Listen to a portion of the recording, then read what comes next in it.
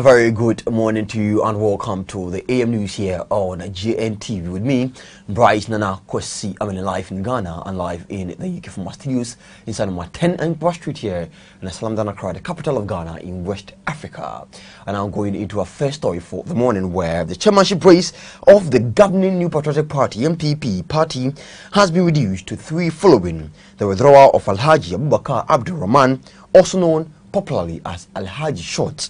Now, according to him, the Upper West chairman of the party withdrew from the race Thursday after a long period of introspection and consideration. His decision has left NPP supporters in his home region sad and dejected, but Alhaji Short said it is in the best interest of the party. And so, quoting him as to what exactly made him withdraw, he said, to all and sundry, I apologize for any letter. And so we're giving you more update on exactly it's coming up from the quarters of the New Patriotic Party, the NPP, as they gear towards elections, internal elections of the new members as executives of the party here. And more update here on GNTV.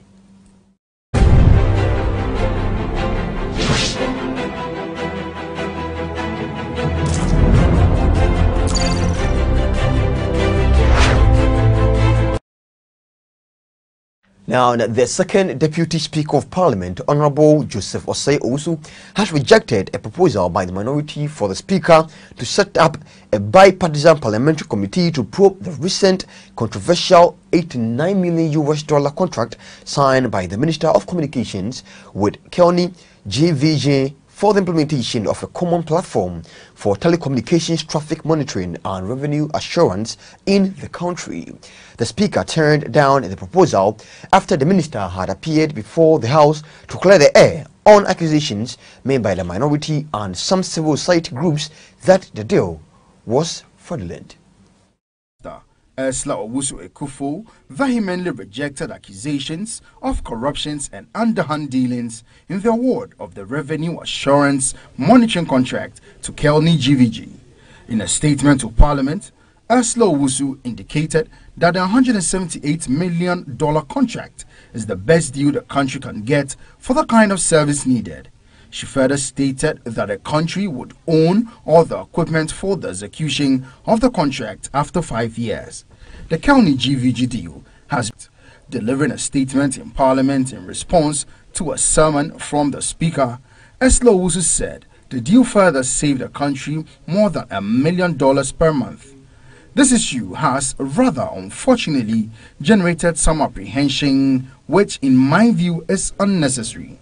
Fact: no NCA board member has resigned because of this contract. Fact: there is no 10-year contract worth $178 million.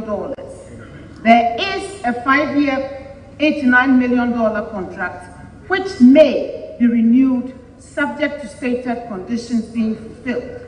This is far better than the $150 million plus we paid for the past 5 years for very little value.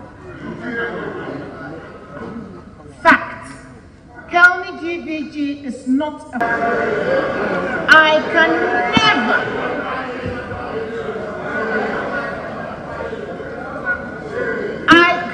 never be party to any such conduct, as I value my reputation and the reputation of the government which serves the good people of Ghana. I stand here as the Minister of the Akufo-Addo administration to assure this august House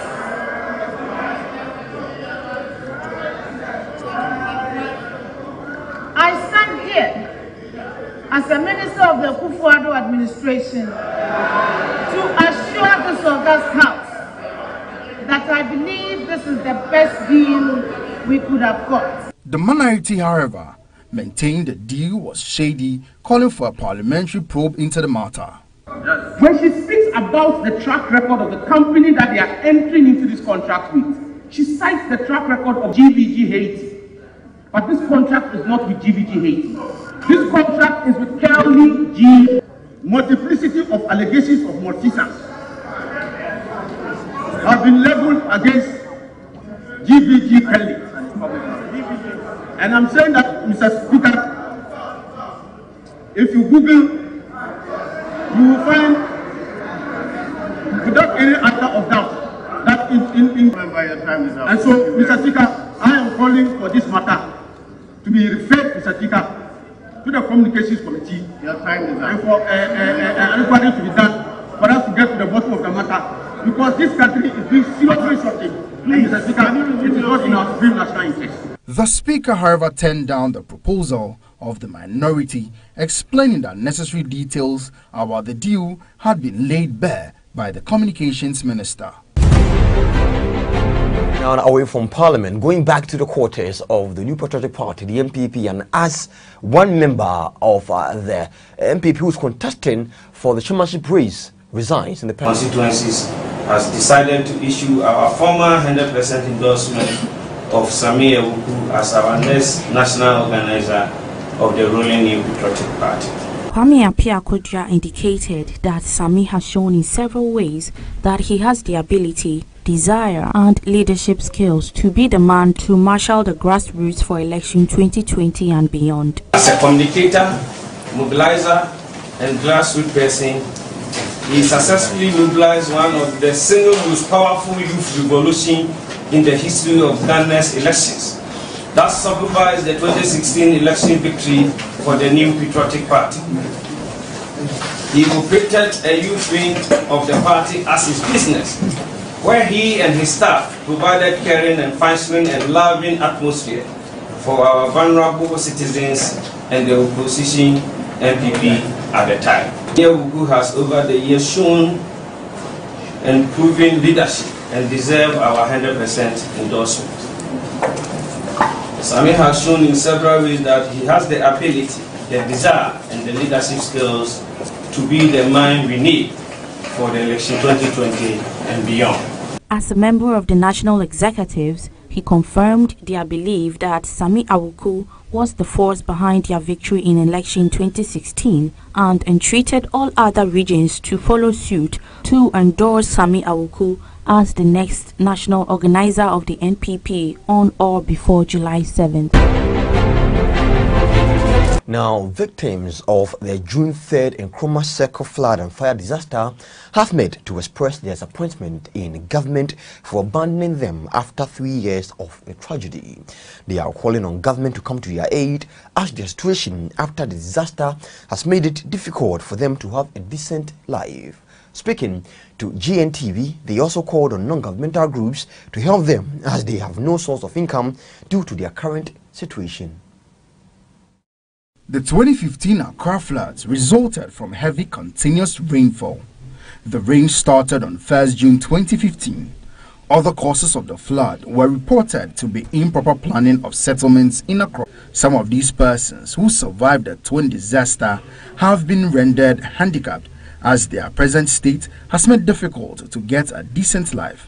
On the 31st of May 2018, survivors of the disaster met to express their disappointment on how they've been abandoned by government and left to fend for themselves.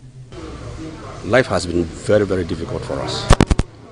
The family, the kids, the wife, children, grandchildren, daughters, nieces, all of them are homeless. Most of them. Now we have school dropouts because all our businesses collapsed. The government, the previous government set up a committee to look into the matter and then come out some relief. But up till now, 3 years down the line, we've not seen anything.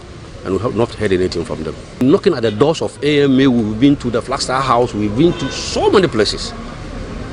But all efforts yielded no results. Speaking to another survivor who's still suffering from the head injuries generated from the disaster, he explained how difficult life has been after the tragedy. And